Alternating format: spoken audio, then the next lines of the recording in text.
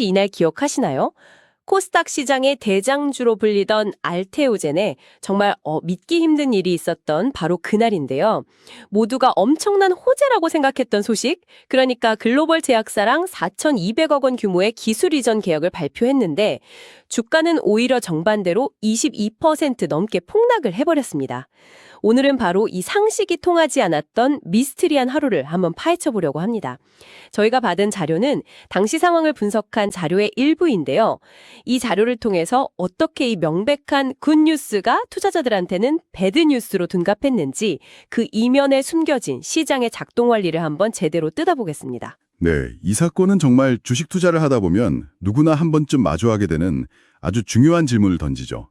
바로 좋은 소식은 곧 주가 상승이다. 이 공식이 왜 항상 성립하지 않는가 하는 겁니다. 발표된 그 사실 자체보다 그 사실을 둘러싼 시장 참여자들의 거대한 기대치라는 보이지 않는 파도가 모든 걸 어떻게 집어삼켰는지 보여주는 정말 교과서적인 사례라고 할 수 있습니다. 듣기만 해도 정말 흥미진진한데요. 그럼 먼저 그날의 그 충격적인 숫자부터 다시 한번 짚어보죠. 자료에 따르면 1월 21일 알테오젠의 종가가 37만 3,500원. 이게 전날보다 무려 22.35%가 하락한 수치입니다. 네, 하루아침에 거의 4분의 1이 그냥 날아간 셈이죠. 시가총액은 하루 만에 20조 원 선이 무너지면서 거의 5조 원 가까이 증발해버렸고요. 코스닥 1위 기업이 이 정도 충격을 받았다는 건 이건 뭐 시장 전체가 흔들렸다고 봐도 되는 거겠죠. 그렇죠. 이건 단순히 한 종목의 등락 문제가 아닙니다. 코스닥 대장주라는 그 위치가 중요합니다. 펀드 매니저 입장에서 보면 가장 비중이 높은 핵심 자산인데 이 자산 가치가 하루아침에 5분의 1 넘게 사라진 거거든요. 이건 뭐 포트폴리오 전체가 무너지는 공포를 느끼게 되는 거죠. 근데 더 무서운 건 자료에 따르면 그날 하루에만 기관 투자자들이 150만 주 이상을 던졌다는 기록입니다. 150만 주요? 와, 이게 상상이 잘 안 가는 물량인데요. 그 정도 물량이 하루에 쏟아지면 시장에서는 보통 어떤 일이 벌어지나요? 그냥 가격만 쭉 떨어지고 마는 건가요? 절대 그렇지 않습니다. 그건 이제 단순한 하락이 아니라 투매라고 부르는데요.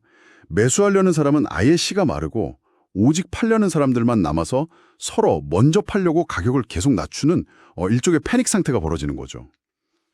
저도 그날 시장을 보고 있었는데 매도 주문창이 정말 쉴 새 없이 번쩍이는 걸 보면서 이건 이성적인 판단의 영역을 넘어섰구나 하는 생각이 들더라고요. 공포가 공포를 낳는 그런 악순환이군요. 네, 이런 투매가 시작되면 기술적 분석이니 기업 가치 분석이니 하는 것들이 아무런 힘을 발휘하지 못합니다. 오직 공포만이 시장을 지배하게 되는 거죠.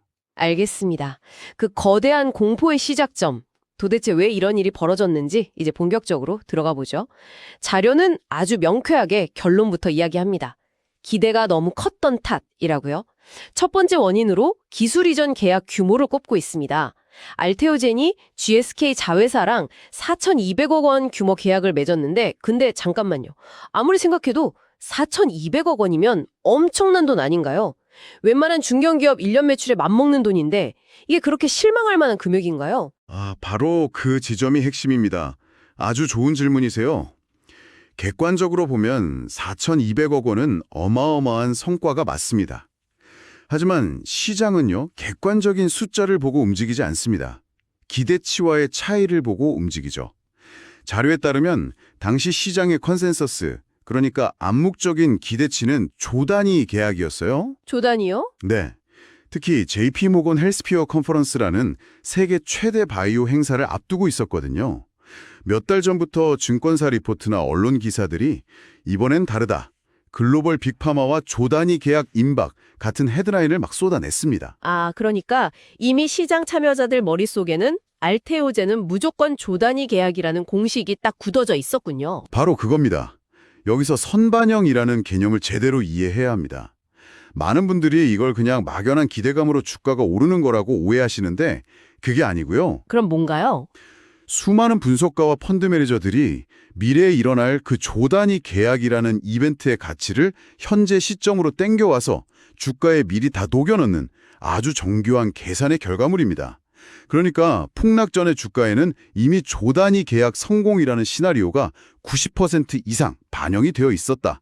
이렇게 보시면 됩니다. 그렇군요. 이미 잔뜩 기대를 품고 있었는데 막상 뚜껑을 열어보니 4,200억 원이라는 숫자가 딱 나온 거네요. 네, 투자자들 입장에서는 조단위 뷔페 파티를 기대하고 왔는데 막상 차려진 건 4,200억 원짜리 고급 정찬이었던 겁니다. 식사 자체는 훌륭했지만 기대했던 파티가 아니라는 그 실망감에 모두가 출구로 달려나간 거죠. 아, 비유가 정말 와닿네요. 재료가 소멸됐다, 이제 더 이상 기대할 게 없다, 이렇게 판단한 외국인과 기관이 그동안 주가를 올리면서 샀던 물량을 한꺼번에 던지기 시작한 겁니다. 결국 시장은 4,200억 원짜리 호재를 거래한 게 아니라 기대치보다 1조 5천억 원이 부족한 악재로 받아들인 셈입니다.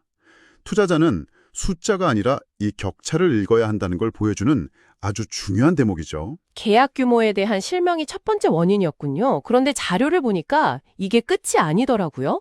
오히려 더 치명적인 한 방이 남아 있었다. 바로 로열티 쇼크입니다. 맞습니다. 어쩌면 계약 규모보다 이게 더 본질적인 문제였을 수도 있습니다. 자료에 따르면 머크, 그러니까 MSD의 블록버스터 면역 강암제 키트루다 아시죠? 나 알죠? 그 약의 피하 주사, SC 제형 관련 로열티 비율이 2% 수준일 거라는 분석이 나오면서 투자 심리가 그야말로 박살이 났습니다. 잠깐만요. 여기서도 비슷한 질문을 좀 드리고 싶은데요. 키트루다 매출이 연간 수십조 원인데 거기서 2%만 받아도 매년 수천억 원이 들어오는 거잖아요. 이것도 엄청난 건데 시장이 너무 욕심을 부린 것 아닙니까? 그 지점이 바로 바이오 기업 가치 평가의 핵심입니다. 이걸 영화에 비유하자면요. 모두가 1,000만 관객을 기대하던 블록버스터 영화가 개봉했는데 손익분기점은 넘었지만 최종 관객이 500만 명에 그친 것과 비슷합니다. 영화 자체는 성공했지만 기대치가 너무 높았던 탓에 제작사 주가는 폭락하는 거죠. 아, 시장은 키트루다 SC 로열티 비율이 최소 4%에서 5%는 될 거라고 굳게 믿고 있었습니다. 그런데 MSD의 분기 보고서를 근거로 한 어떤 애널리스트의 분석에서 2% 수준이라는 해석이 나오자 생각보다 기술의 가치를 제대로 인정받지 못했네? 하는 인식이 순식간에 퍼진 겁니다. 고작 2, 3%포인트 차이인데 그게 그렇게까지 주가를 무너뜨릴 만큼 큰 건가요? 네, 그 차이가 기업의 미래 가치를 수조 원 단위로 바꿔버립니다. 바이오 기업의 가치는 현재의 실적이 아니라 이 기술 하나로 미래 수십 년간 벌어들일 현금 흐름의 총합으로 결정되거든요. 키트루다라는 거대한 파이에서 2%를 받느냐, 5%를 받느냐는 알테오젠의 미래 전체를 좌우할 만큼의 차이를 만듭니다. 2%는 성공적인 기술을 의미하지만 5%는 대체 불가능한 혁신 기술을 의미하거든요. 시장은 후자를 기대했는데 전자의 결과가 나온 것에 대해 아주 가혹한 평가를 내린 셈이죠. 계약 규모와 로열티, 이 두 가지 핵심 재료가 시장의 높은 눈높이를 채워주지 못하면서 투매를 불렀다는 거군요. 그렇다면 이 충격은 앞으로 어떻게 될까요?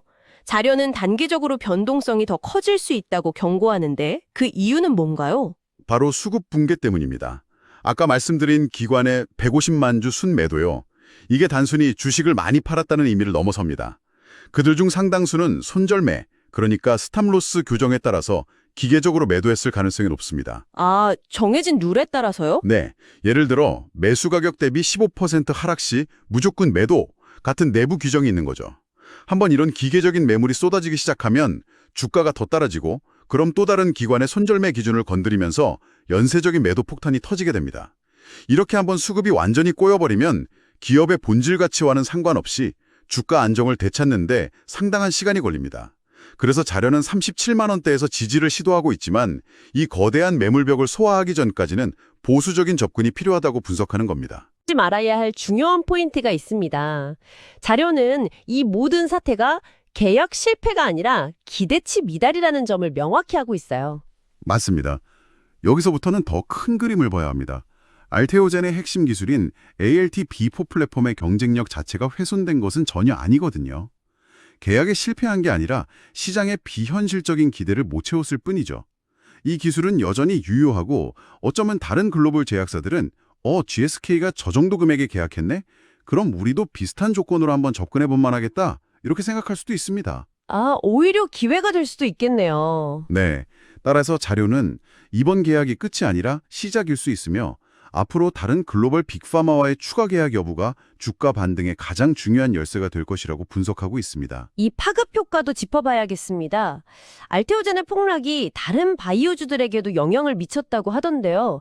이걸 섹터 동조화 현상이라고 부르더군요. 네, 이걸 쉽게 비유하자면 한 집에 불이 나면 옆집도 괜찮은지 의심하는 그런 심리와 같습니다. 투자자들은 코스닥 대장주인 알테오젠의 문제가 혹시 바이오 업계 전반에 깔린 문제 아닐까 하는 불안감을 느끼게 됩니다. 예를 들어 혹시 다른 바이오 기업들의 기술 가치도 너무 고평가된 건 아닐까 하는 의심이죠. 이런 불안 심리가 이성적인 판단을 마비시키고 일단 다른 우량한 바이오 주식, 자료에서는 펩트론이나 리가캠바이오를 예로 들었죠. 이런 주식도 팔고 보자는 묻지마 매도로 이어지는 겁니다. 아, 그래서 대장주가 흔들릴 때는 섹터 전체를 함께 봐야 하는군요. 네, 맞습니다. 자료에서도 그걸 조언하고 있습니다. 그럼 이 모든 상황이 이 분석을 듣고 계신 당신에게 의미하는 바는 무엇일까요? 이 자료는 투자자들을 위한 아주 직설적인 조언을 담고 있습니다. 월스트리트의 오랜 적언, 떨어지는 칼날은 잡지 마세요라는 겁니다. 근데 이게 말처럼 쉽지가 않잖아요. 어제까지 70만 원 하던 주식이 오늘 40만 원이 되면 와, 이건 인생일 때의 박앤세일이다 싶어서 뛰어들고 싶은 게 사람 마음 아닌가요? 바로 그 심리, 그게 가장 위험하다고 자료는 경고합니다. 소위 물타기의 유혹이죠. 하지만 급락 직후에는 바닥이 어디인지 그 누구도 알 수 없습니다. 특히 기관과 외국인이라는 거대한 코끼리들이 때로 빠져나가고 있을 때 개인이 그 물량을 받아내는 건 정말 계란으로 바위치기입니다. 그들의 매도세가 잦아들고 더 이상 주가가 빠지지 않고 옆으로 기는 횡보 구간이 나타나야 비로소 바닥이 확인되었다고 볼 수 있습니다. 그때까지 기다리는 인내가 필요하다는 거죠. 칼날이 바닥에 떨어져서 더 이상 움직이지 않을 때 잡아야 안전하다는 의미입니다. 그리고 자료는 한 가지 더 근본적인 질문을 던지고 있습니다. 당신은 공시 내용을 직접 읽어보는가? 라는 질문이요. 4,200억 원 계약 체결이라는 뉴스 헤드라인만 보고 흥분할 게 아니라는 거죠. 정확합니다. 정보의 표면만 훑는 것이 얼마나 위험한지를 이번 사태가 명확하게 보여줬습니다.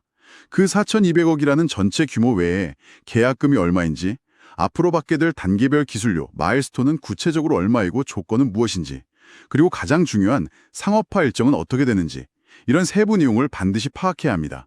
예를 들어 총액은 1조 원인데 99%가 10년 뒤에나 받을 수 있는 돈이라면 현재 가치는 거의 없는 거나 마찬가지거든요. 아, 디테일 속에 답이 있군요. 네, 이런 디테일 속에 기업의 진짜 가치를 판단할 수 있는 단서들이 숨어 있습니다.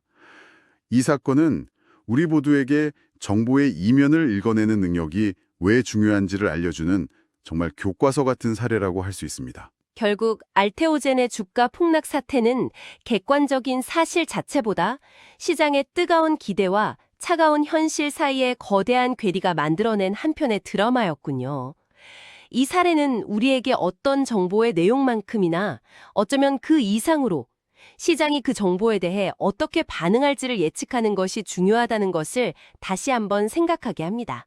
여기서 마지막으로 한 가지 질문을 남겨보려 합니다. 자료에서는 이 사건이 기술의 실패가 아닌 기대치의 문제라고 분명히 선을 긋고 있습니다. 그렇다면 시장 전체가 실망감에 빠져서 너도 나도 주식을 던지는 바로 그 공포의 순간에 당신은 그 속에서 기업의 본질적인 가치를 꿰뚫어보고 남들과는 다른 판단을 내릴 수 있을까요? 시장의 집단적인 감정과 광기에 휩쓸리지 않고 객관적인 가치와 과열된 심리 사이의 균형점을 스스로 찾아내는 것. 어쩌면 오늘 우리가 살펴본 이 사건이 당신에게 던지는 가장 근본적인 질문일지도 모르겠습니다.